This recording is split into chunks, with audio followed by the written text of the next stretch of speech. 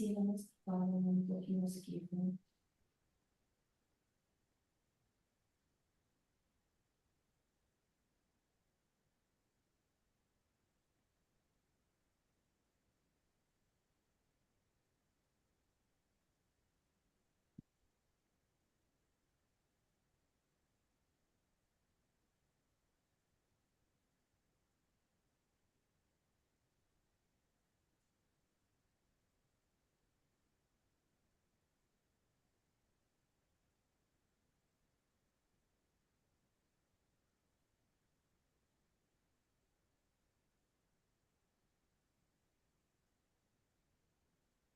Ti ho ripassato l'organizzatore.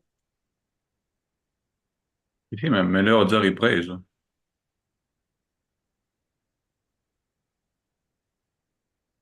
Sì.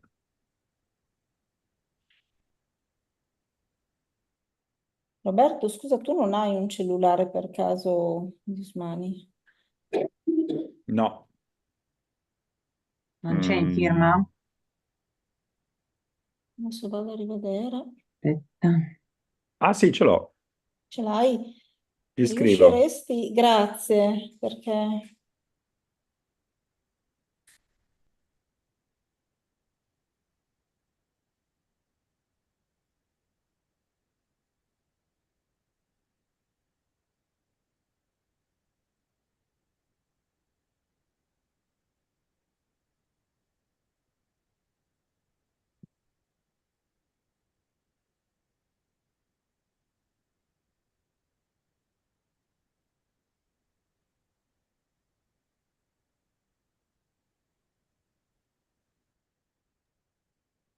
sono andata a vedere, c'era solo il telefono dell'ufficio nella sua Ci abbiamo firma. mandato un messaggio.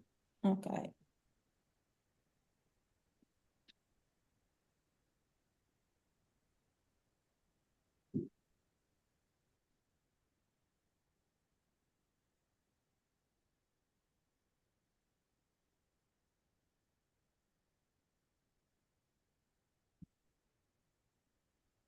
5 domande per... sì, ok. E 15 totali, ma sono 5, 5, 5 o possono essere variabili?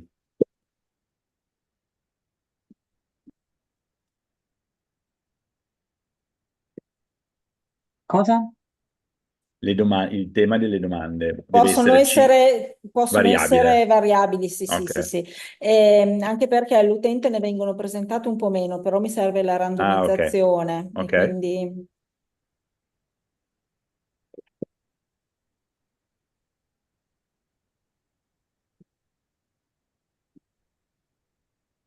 ti ha per caso risposto, Usmani? No. No. Yeah. Perché non c'è un fuso orario, spero. In che senso? Magari No, cioè lui... il fuso orario c'è, però Ah, noi ok. gliel'abbiamo precisato che no, stavo pensando ora legale, così no, in questo senso non c'è differenza Adesso sul non credo. fuso. Eccolo, Dove eccolo, sta? eccolo. Hi, Hello, how are you guys? Hi, good. How are Hello. you?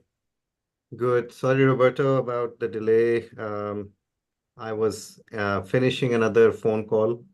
Not a problem. We're just wondering whether there was a time change, whatever. No, it's all Okay. good. I just have I've been in meetings for 4 hours, so Already? yes. So we're gonna I think we're gonna start soon, and it's a very informal conversation, and the audience is mainly made of fellows and young consultants interested in myeloma. So I will introduce the second episode, which is today's one. I will introduce you and the topic. I'll let you give your talk, and then at the end, I will forward you the questions that will come from the audience, and I will ask you questions about your presentations and stuff. Super informal. Great. Professor Usmani, I would like to ask you if you want to share the presentation to just to be sure that everything works. Certainly. Let me just pop this up here.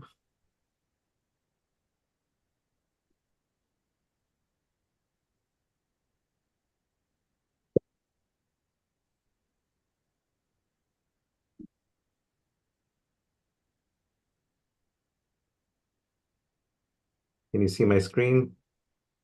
Not yet. So you have to give me permission to Yeah. share. Enrico, puoi assegnare co-organizzatore il dottor Usmani? Yeah, it's disabled now. So Ok.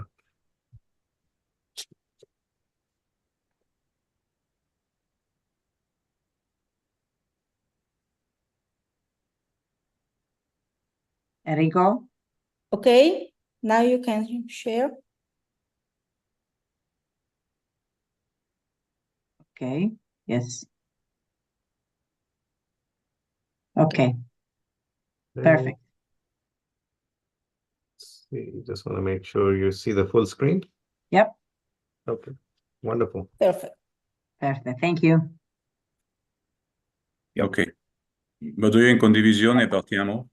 Yeah, sì. Okay. Introduction is quite dramatic. You'll see. I hope. I hope not. No, like, wait, like, Ok. Adesso partiamo col webinar. Al mio via sarà la diretta. Quindi grazie a tutti, buon webinar. Now we start. Good webinar.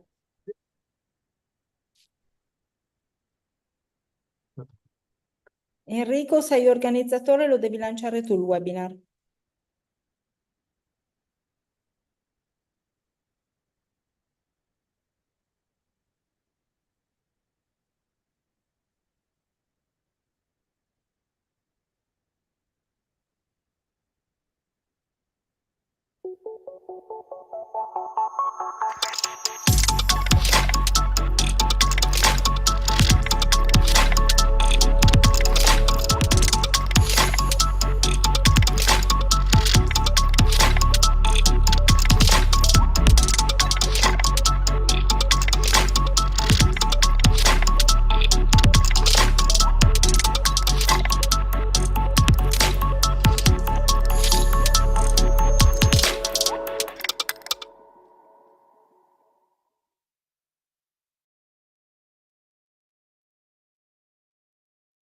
good afternoon, everyone, and welcome back to the second episode of this 50 minutes on webinar series on multiple myeloma.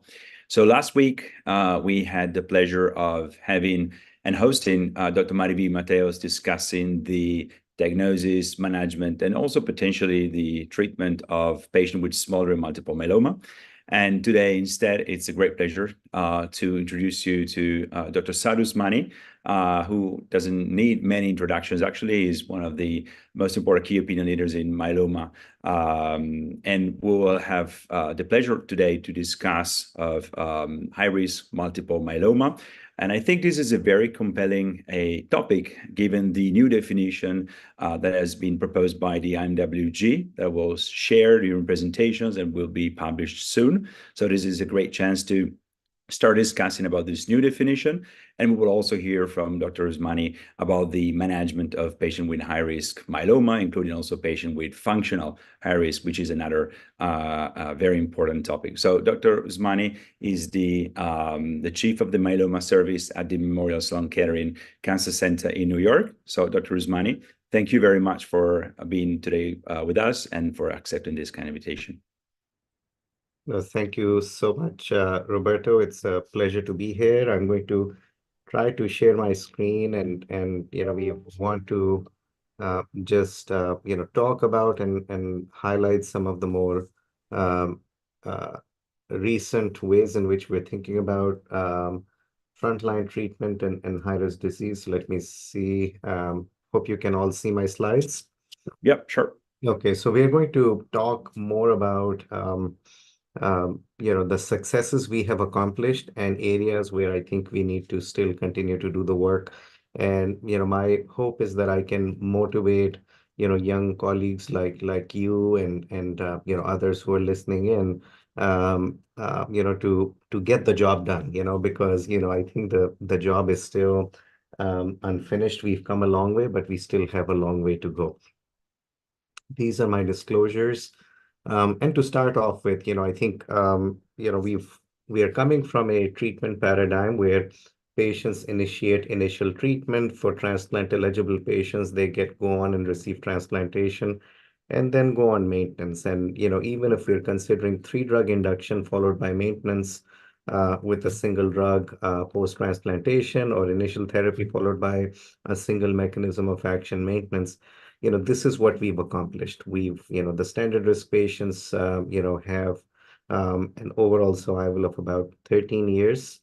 High-risk patients, however, have an overall survival of about, 7 years. So, we still have some ways to go. And I want to highlight a couple of important things here. That for standard risk patients, we've had the endurance clinical trial that looked at 2 different 3-drug induction therapies with different proteasome inhibitors, and did not see a difference between PFS. And this endurance trial included both um, um, uh, uh, transplant eligible as well as ineligible patients. So it makes a little bit challenging to dive down into the data of subsets of which patients actually um, uh, did this, had this actually improvement versus not. And it will always be challenging to interpret these data. But the baseline message is that the triplets do well for the standard and intermediate risk patients. However, what makes the difference for high-risk patients is dual maintenance treatment. So the SWOG 1211 trial was a sister study to the endurance trial. So both these trials were running together in the United States. Standard and intermediate risk patients were going to the endurance trial. High-risk patients were enrolling on the SWOG 1211. And in the SWOG 1211, it was actually the first quad versus triplet trial that was started well ahead of time of anything else. This trial started 12 years ago, and then reported out. But the cool thing about that high-risk trial was using VR as maintenance with or without ELO. And you can see the PFS. Standard risk patients, 34.4 months. High-risk patients, 33.6 months. So, dual maintenance, and this SWOG 1211 also did the same thing. Patients, who had deferred transplant on this trial. So included, both transplant deferred as well as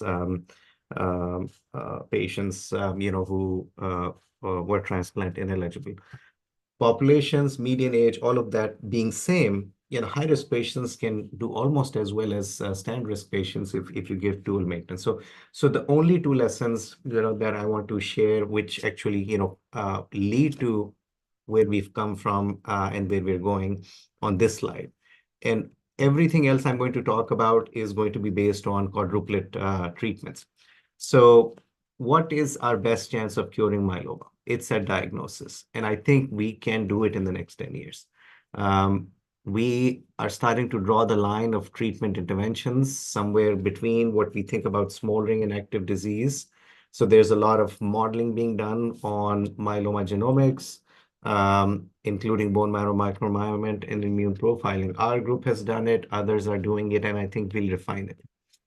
The other important thing is getting to sustained MRD negativity in patients. And the threshold is going to be 10 to the minus 6 if we're thinking about curing myeloma. And who knows, with other MRD assays in the peripheral blood, we might have different thresholds.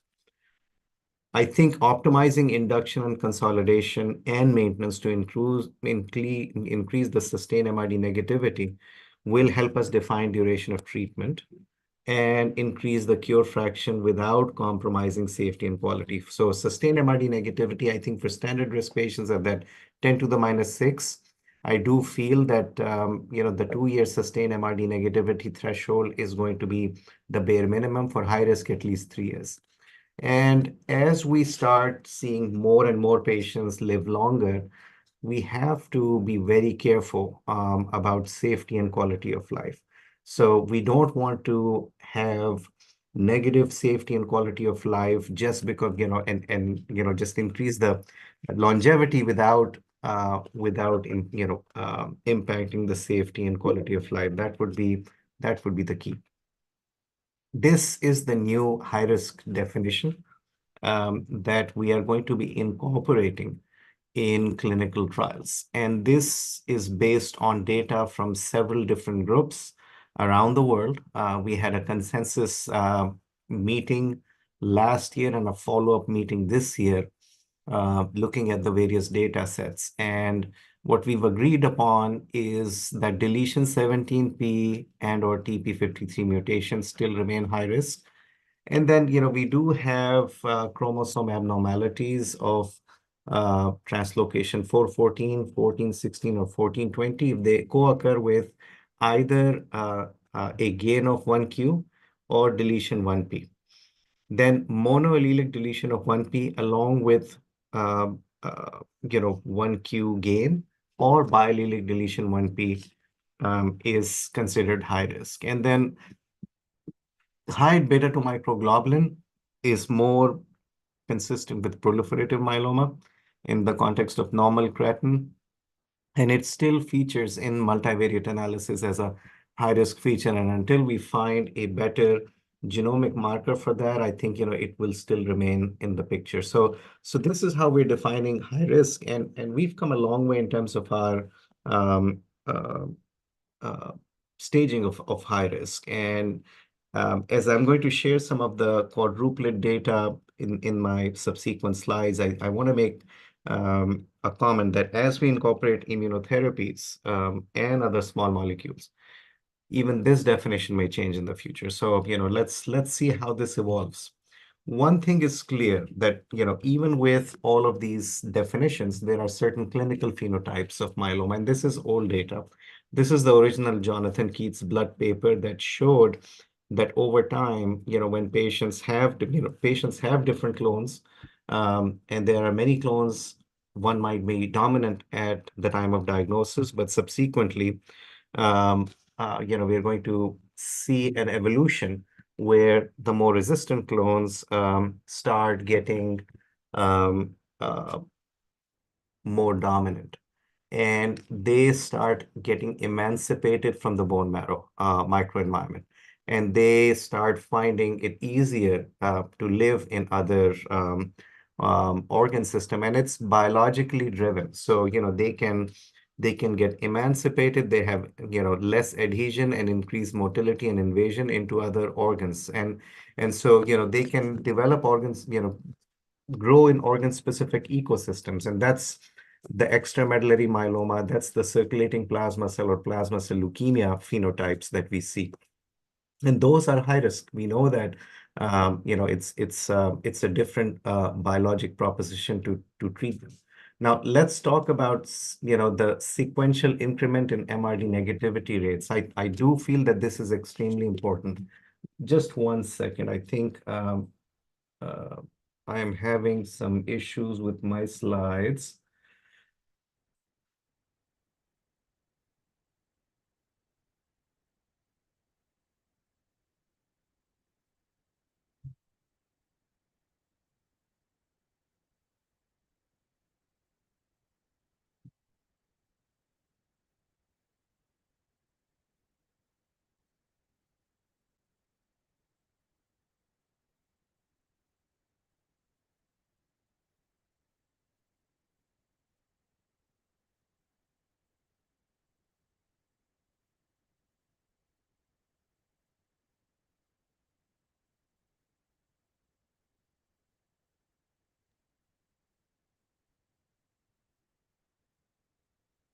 Hi, Professor.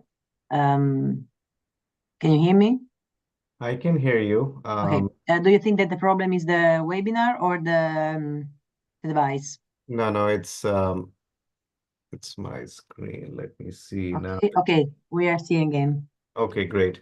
Thank All right, you. so let me just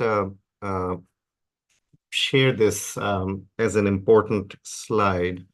And I'm just going to spend maybe a couple of minutes on this one, Roberto. So this is how far we've come with our treatment. So if we look at MRD negativity, I mentioned 10 to the minus 6 is going to be an important threshold if we're thinking about curability and defining duration of treatment in myeloma. And I'm taking all comers, including standard and high risk. So if we focus on this, then you can see that in quadruplet induction, whether you give 4 or 6 cycles, gives a 10 to the minus 6, anywhere from 20 to 27%. High dose melphalan adds another 15 to 20%. And if you keep on giving continuous anti-CD38 len maintenance, it's about 2/3 of the patients, which means that 1/3 of myeloma patients, even after this approach, don't get to 10 to the minus 6, and less than half actually have sustained MRD negativity. So that includes both standard and high-risk patients, right? And then for the older myeloma patients, you get 10 to the minus 6 at about 46%. But, we don't have sustained MRD negativity data for 10 to the minus 6 for them, but we have it for 10 to the minus 5, and it's less than half of the patients. And so if we were to think what the 10 to the minus 6 would be, it will probably be half of that, maybe a little over half. So we still have a lot of work to do in the field. And this slide is representative, from Griffin on how the MRD negativity increases over time. But again, at 10 to the minus 6, it's still, not at the same level as what we would anticipate. And another amazing thing about, this particular figure is the PFS rates, for mostly standard risk patients on Griffin, show that at 4 years, the PFS rate is 87%. And the OS rate is around 93%. So that means that even with this approach, while the Griffin trial had mostly standard risk patients, about 13% of the patients are relapsing by year 4. About 11% already by year 3. And I suspect that if we look at, the 2-year mark, you can see not a lot of difference. 10 to 11% would have relapsed.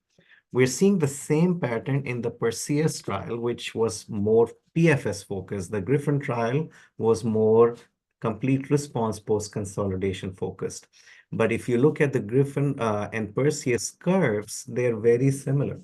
So it's the same message that, about, you can say anywhere from 10 to 15% of the patients are having early relapse, even despite having,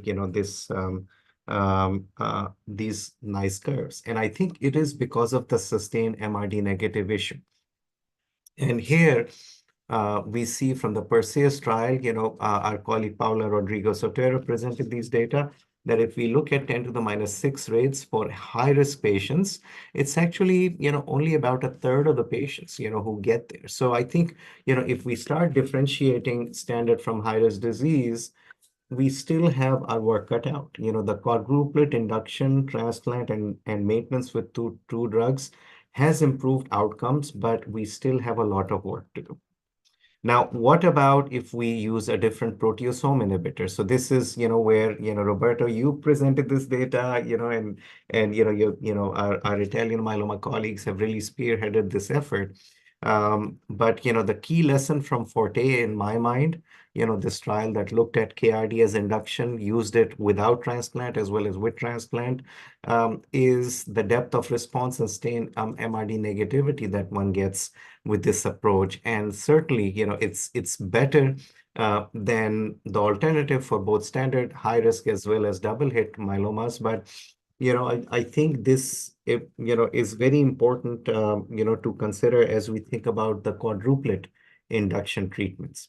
And we did an analysis of the master clinical trial that used DARA KRD and DARA RVD as initial induction therapies. And I know the master trial design is more, MRD based stopping of treatment. But, the only thing that I'm going to talk about here is, MRD negativity at 10 to the minus 5 as well as 10 to the minus 6. And if we start looking at MRD negativity rates, we see that DKRT gives better depth of response than DRVD for the high-risk patients. And the N of high-risk patients is low, but it's very important to take these hypotheses and test them in other clinical trials. And while we were doing this, interesting analyses, guess what? Another anti-CD38, based clinical trial got presented last year again by, Francesca, Guy and your team essentially. building on the Forte experience, adding isatuximab to KRD, and having the same, post-transplant consolidation design before maintenance treatment. And what is very important, in my mind from this study, looking at the post-consolidation MRD negativity for high-risk patients, even at 10 to the minus 6, and anti-CA38 with KRD gives excellent depth of response, whether it's one high-risk karyotypic abnormality or two or more.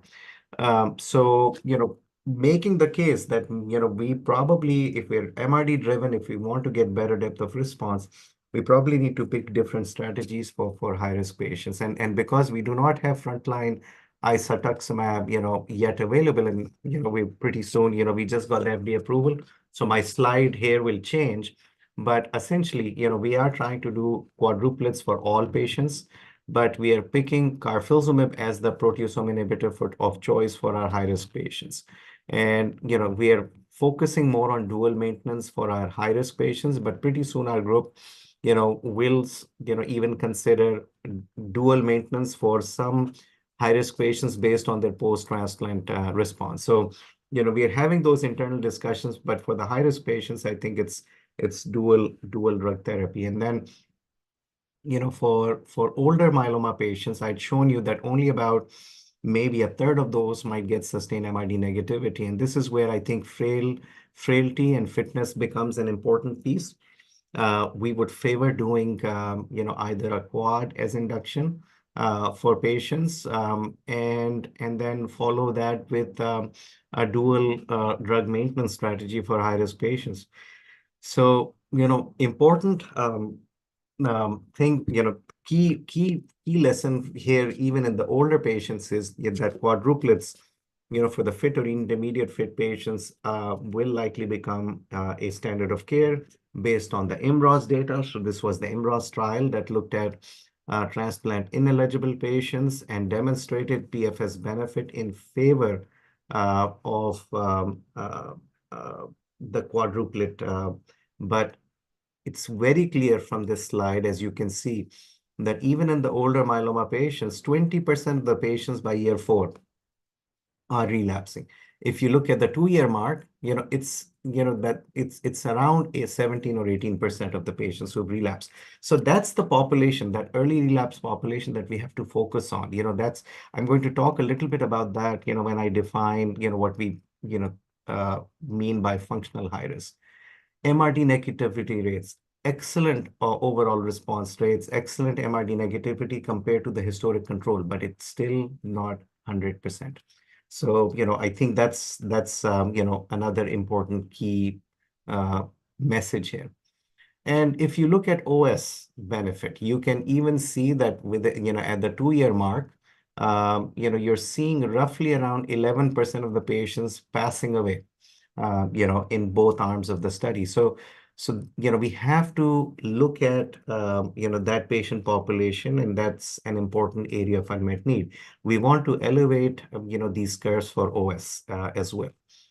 The Cepheus clinical trial that just got presented, very similar kind of a message. Quadruplet induction versus the triplet induction followed by Lendex maintenance, like the SWOG 777 trial, versus the DARA subQ Lendex as maintenance.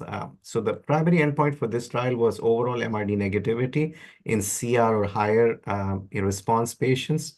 And this study read out not only positively for MRD negativity, with about 20-odd% delta between MRD negativity rates at 10 to the minus 5, 10 to the minus 6, and even sustained MRD negativity at 10 to the minus 5 beyond 12 months.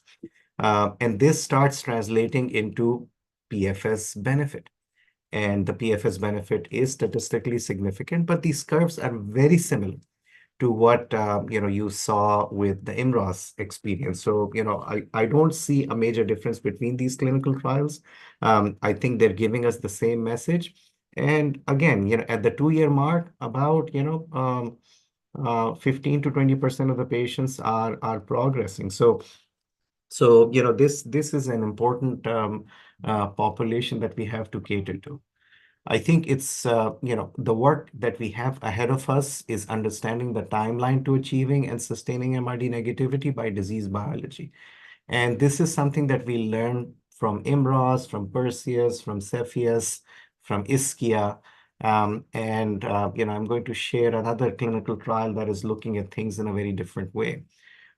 We have to optimize induction therapy. We have new mechanisms of actions with cell mods. BCL2 inhibitors may make sense for translocation 11-14 kind of disease.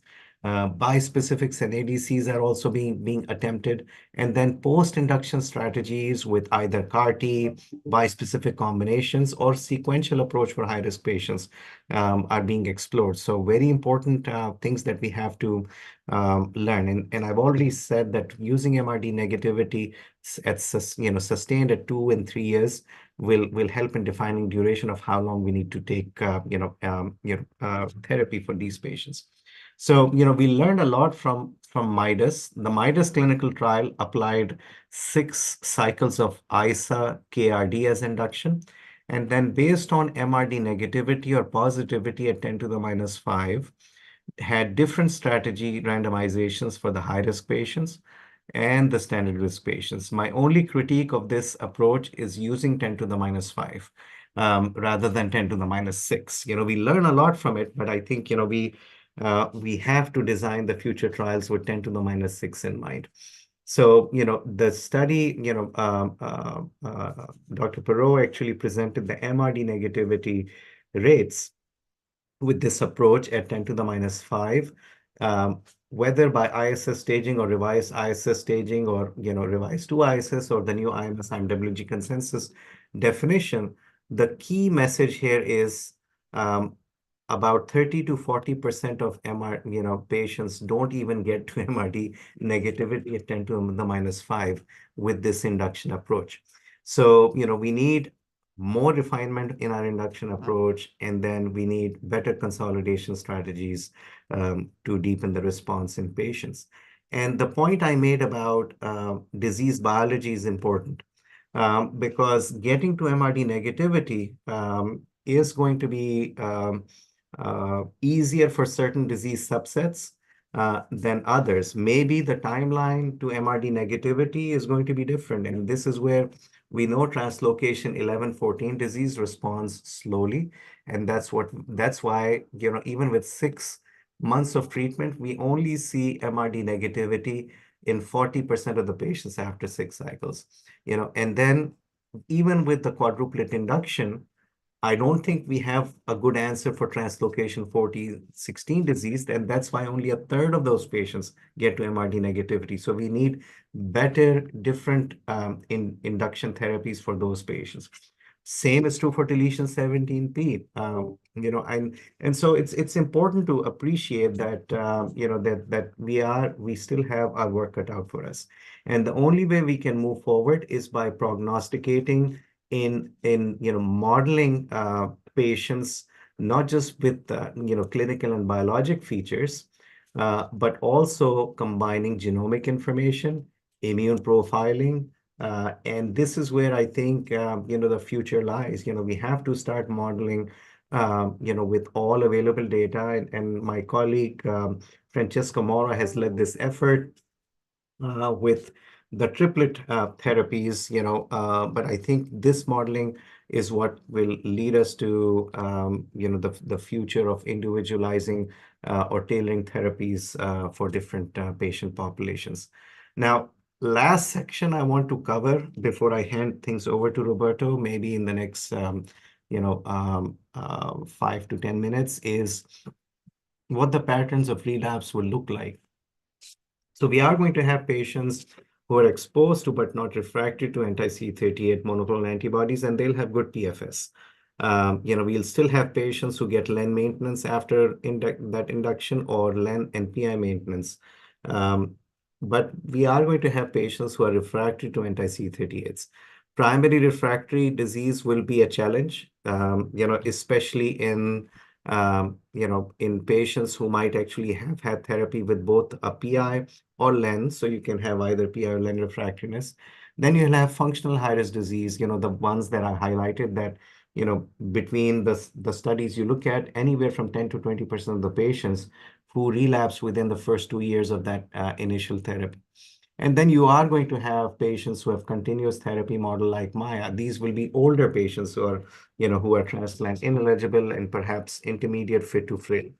So, for all of these patients, I think, we need to generate data. Right now, the best data we have for this subset of patients is with CAR T cell therapies.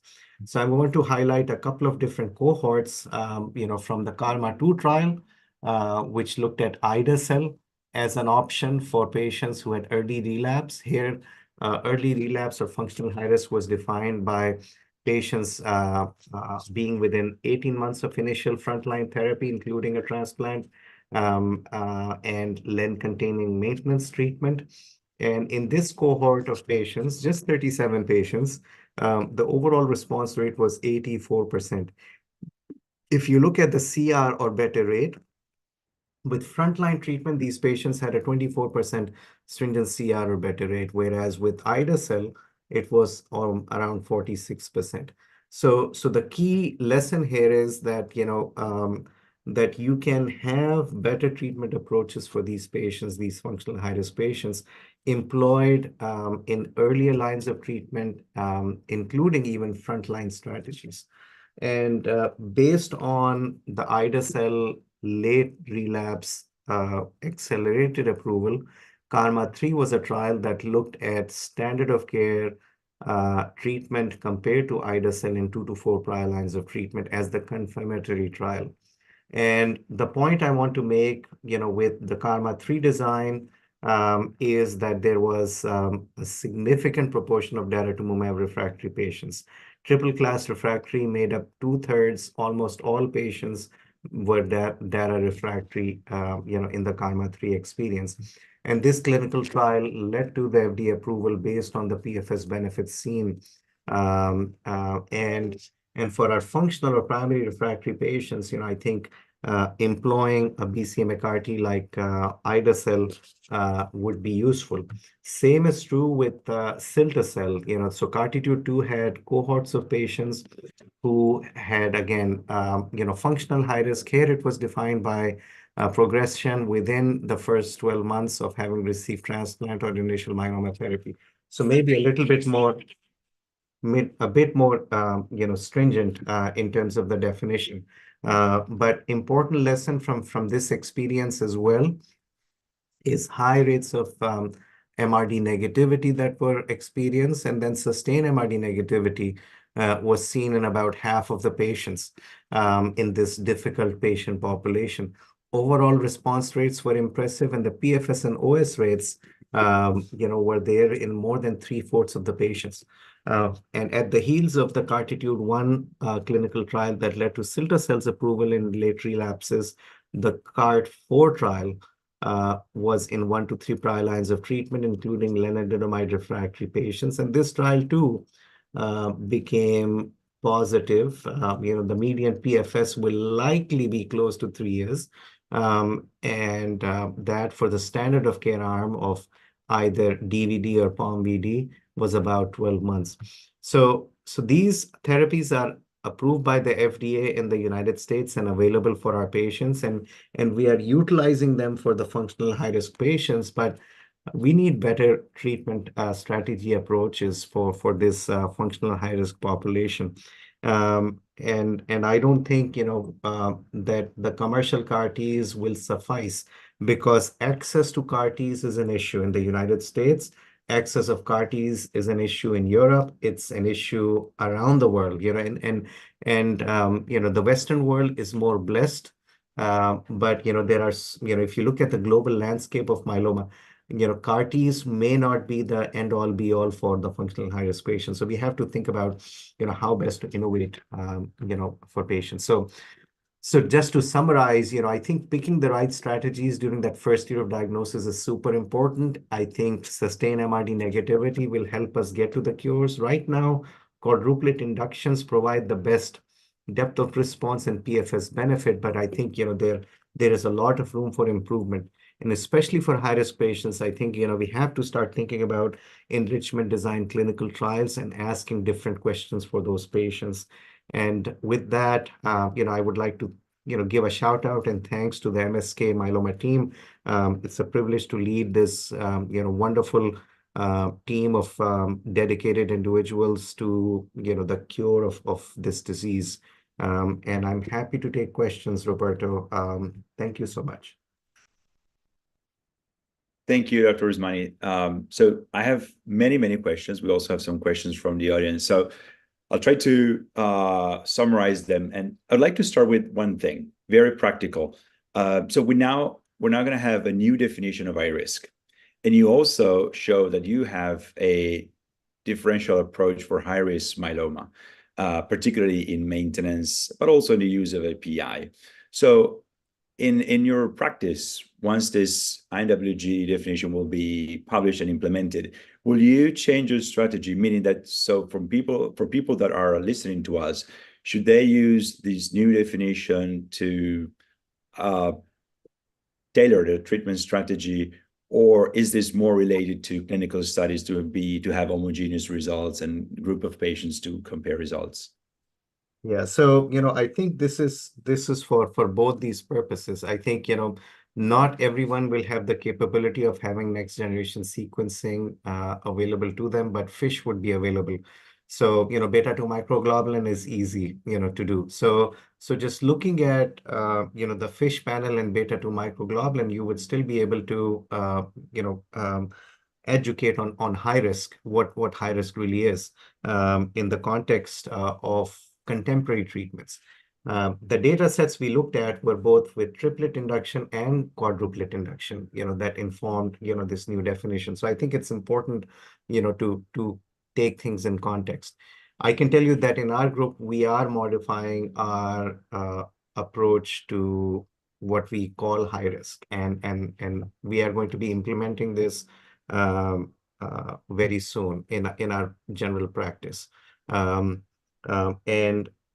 this way, as new clinical trial data comes out, as new clinical trials get developed, we would be able to compare our outcomes with the new strategy. So, we have to make that move. You also take into consideration, for example, EMD or circulating tumor cells, for which we don't have many data about the treatment strategies, but we have a lot of data suggesting, at least for CTC, that they have an impact. Do you also look at them in your clinical practice? Yeah, and the idea here with this definition was that we would be able to capture most of the EMD and most of the plasma cell leukemias with this high-risk definition, because we do see, yes, we have 11-14 enriched in plasma cell leukemia, but we also have MAF-driven disease. We have P50, TP53 mutations highly enriched in the plasma cell leukemia patients. So we might miss a few, but we will capture most. Same with EMD. So another practical consideration before moving to the questions that were raised by people listening to us is, so with the current induction, we have approved DARA-VTD in Italy. Hopefully we'll have DARA-VRD soon. But so with the quadruplet and transplant and consolidation, let's say that roughly 66, 65%, roughly will be 10 to the minus 5, 10 to the minus 6, a little lower, probably MRD negative. This is with one transplant. And, there's a lot of, there's many people like tendon transplant. Tendon transplant used to be very popular in Europe and especially in Italy. Now we're shifting towards mostly a single transplant. Do you see, based also on the results of the French study, AFM 2018, the tendon transplant could be still of value for some patients, or do you even consider it? Yeah, so in parts of the world where we do not have ready access to quadruplets or even IMiDs as frontline strategy, I'm in complete agreement that tendon transplants still make sense, but we typically don't do them anymore. I mean, I'm a Bart Barloghi disciple, and I started my career in Arkansas as faculty, and I can tell you the last time I did a tandem transplant was more than 11 years ago. So, we typically don't do that anymore. But absolutely, based on the EMN data that, the IFM 2018 study. There are going to be, patients where you would think about this, but that's not our general practice. So based on this response, I would probably skip the question about allo transplant for ultra high risk patient, but I don't know if you want to comment on I this. can comment on that. I can certainly comment on that. I think again, it depends on which geographic area of the world you live in and how young the patient is. If there's a young patient and you want to have that discussion with them on a case-to-case basis, that's fine. I mean, we have someone on the myeloma service right now who is, in their 30s when they were diagnosed, and they did receive an auto allo, it with the hopes that it will, help them, and in some patients, we have anecdotal experience that it helps. In others, it does not. But I think, it's a proposition that one needs to discuss with those patients. Because historically, I mean, one of the few things that has truly been curative, if we go to the original UK myeloma experience with, Professor Dr. Ray Pauls, there are instances of long-term survivorship, post-allo. So another question coming from the audience is, but you partially responded to this, is that whether you prefer K or Velcade for high-risk patients, and I think you've answered this, and I think the results of Ischia are quite compelling for high-risk patients, making the case for K in this setting, particularly also the safety profile, which could have been an issue, but at least so far this hasn't been an issue. Yeah. And another question is, so we may have, I know that the FDA approved DARA-VRD induction and consolidation, but not DARA-LEN maintenance. In Europe, we may get actually the full package, also including DARA-LEN maintenance. So you showed a slide of a PI plus LEN, which is also the Emory approach, and what is suggested by Mayo. But now we may have DARA-LEN maintenance. So do you have a preference between DARA-LEN or the PI plus LEN? And what about standard risk patients? Would you recommend DARA after DARA-VRD induction consolidation as a maintenance?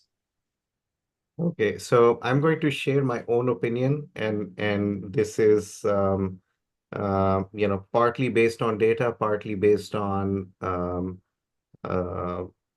just my personal opinion as a myeloma doctor. So if I have a patient who's post-transplant standard risk and they have MRD negativity status at 10 to the minus 6, I'm very comfortable just having a single agent as maintenance. And if they have sustained MRD negativity, in a year or two, I might even consider, just limiting the duration of maintenance for them. If I have anything less than 10 to the minus 6, I will have that conversation about DARA-LEN or ISA-LEN maintenance with them. I mean, they're not approved right now for us, but I think it's something that I would consider. For high-risk patients, even with 10 to the minus 6, I'm going to be so uncomfortable, with what's to come, that I would favor a dual maintenance, preferably a PI IMiD, because I think that's where we have the most data. And honestly, once Perseus and Ischia provide us with long duration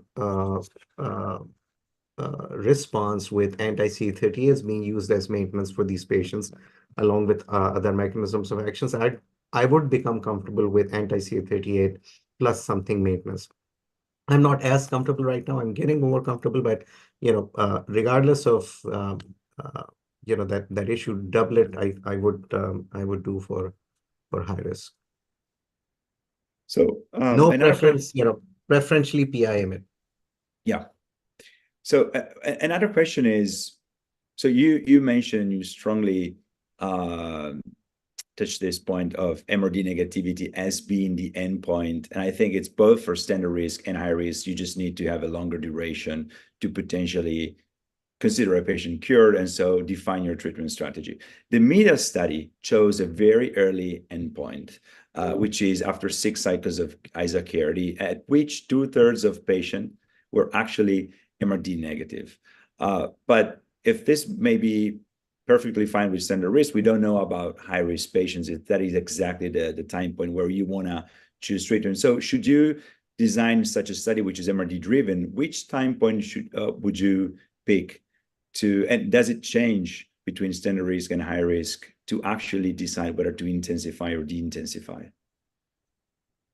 We don't. So the only thing that we have right now is prognostication. I think intensification of therapy, will depend on disease biology. And we don't have those tools just yet.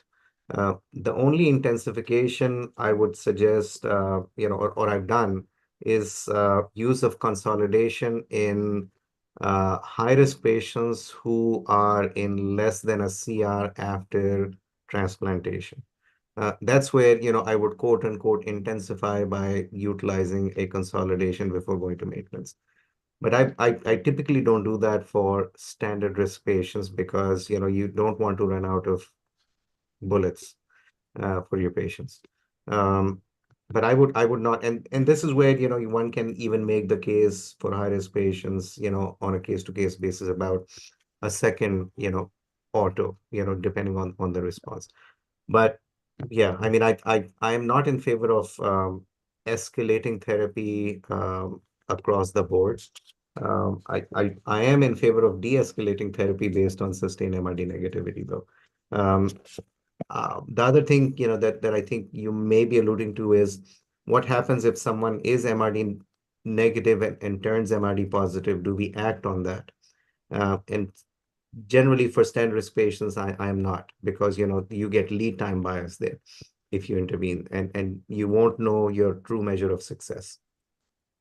Yeah, and I think that it will be quite interesting to see the results also of the bispecific early after transplant or consolidation, because we know that in patients with suboptimal response with CAR T cell, cilta-cel, and ide-cel, most of the patient could get to a CR. Most of the patient, not everyone, but many could get into MRD negativity. We'll see with bispecific the early results of studies that are currently ongoing, whether this patient can be, despite having received a quadruplet, that are still MRD positive, what they can do. Because actually after a quadruplet, if your goal is MRD negativity, what really can you do beyond a bispecific or a BCMA? I think there's not much that you can really do. So that's something that it's probably very interesting. One other thing that I think it's important also in the current clinical context is the how to define patient eligibility to transplant. So now we do have this 65, 70 years old. There was the Perseus result, had some conflicting results with Griffin. An analysis was done to show actually the benefit of DVRD also in patient above 65. But my question is, given the results of the Perseus study and studies with transplant, and the results that you showed with Maya, with IMROTS, where still high-risk patients do have they don't benefit as much as standard risk patients. Do you think that when you take into consideration, when you recommend transplant to a patient, you just look at the age, comorbidities, but also at the FISH risk? Or is it something that we should do, maybe that will raise the bar to recommend transplant to some patient who's 72, 73, 75, but has a high-risk myeloma, as opposed to a 69 who has a standard risk myeloma?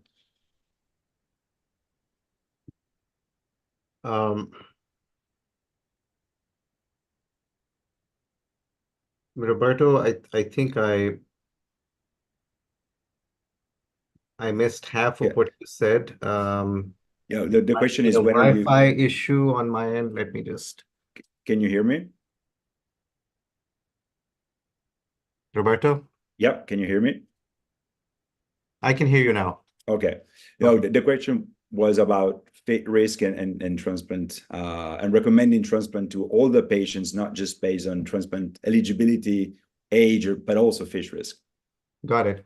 So yeah, this is where things are a little bit trickier because, we have historically thought about transplant in our general clinical practices with the eyeball test, and not by age cutoff in the US. But if you look at Griffin, Perseus, Ischia, all of these clinical trials have very specific age cutoffs for the transplant eligible population. And now you have IMROS and Cepheus and, GEM 2017 FIT trial and BENEFIT. And all these trials are also in a different patient population.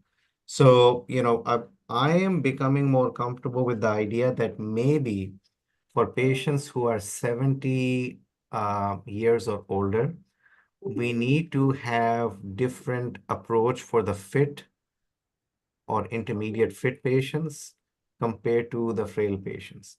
And for the fit and intermediate fit patients, maybe we need to question the role of transplantation. Then we also have patients on the Cepheus trial who were transplant deferred, and they were less than the age of 70. And then in that category, by definition, they had to be, fit or intermediate fit as well. So that's another group where, you would have that conversation with patients. But I think our whole approach, has to start changing. For younger patients, I do feel that transplant is very important, at least, until we replace it with something different as a consolidation strategy. But for 70 plus patients, my conversations in the last 2 weeks have been very different. Yeah, I was discussing this with a colleague today that we were discussing a patient borderline transplant eligible, and so this made me think, okay, what is the FISH risk? Also to discuss the patient about transplant, the risk of transplant, and I think this could also be something to share with the patient, because of course the results with Maya were very different between standard risk and high risk patients. So one other thing is for plasma cell leukemia. Do you use a quadruplet as if they were like the standard myeloma approach, or do you still use chemotherapy, or do you use chemo with patient with a very high tumor burden? This is some questions that we get sometimes. Yeah, so for patients who are presenting with high burden of EMD or with circulating plasma cells, we still give them DSEP or PACE-based regimen. But that is, that's about it. I think for many other patients, we can give them a PI cyclophosphamide-based treatment and control the disease, and then just bring them into the outpatient setting and then start them on a quadruplet at that time. And in these patients, do you go for a tandem transplant or even consider tandem auto-allo, or you use the same approach as myeloma? Same approach as myeloma, and then base the post induction consolidation strategy on the response. Okay. Yeah. So there's a we follow the same schema as high risk. Yeah. There's a question that is about the definition of functional high risk. So of course, ideally we should intercept this functional high risk before they relapse, because even with CAR T cell, many of them could be savage in terms of responses, but still the outcome is not the one you would like to have in this patient. But what do you think is there are different cutoffs, 12 months, 18 months, 24 months, and I think the shorter the worse, the longer the better. But do you think what do you think is the ideal definition of functional high risk? I mean, just looking at those PFS curves, I think the 2-year mark appears to be where I would draw the line.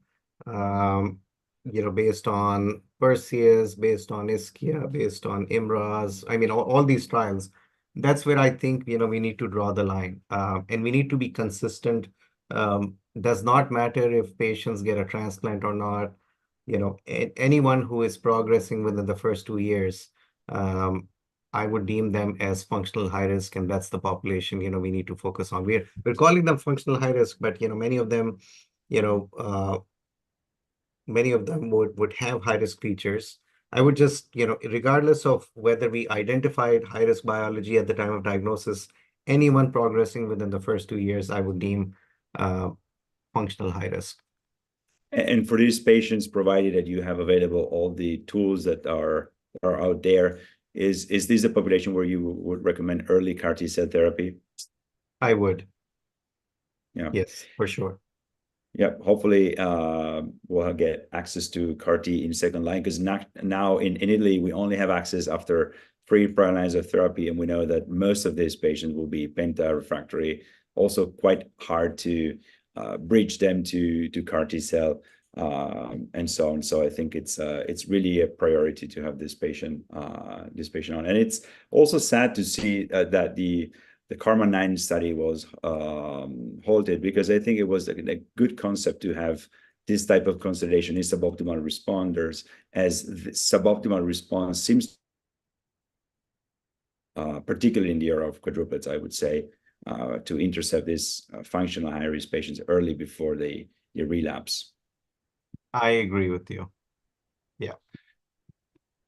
All right, so I don't see other questions coming from the audience. Thank you very much. Thank you, Dr. Usmani, for being with us. I think it was a great discussion. Thank you for presenting the new definition of high risk according to IMWG and share your practice. It was really a privilege to have you, and thank you. Of course. All right. Take care, Roberto. Thank you. Bye-bye. Have a good day. Bye. Bye, everyone. Thank See you. you next week. Bye.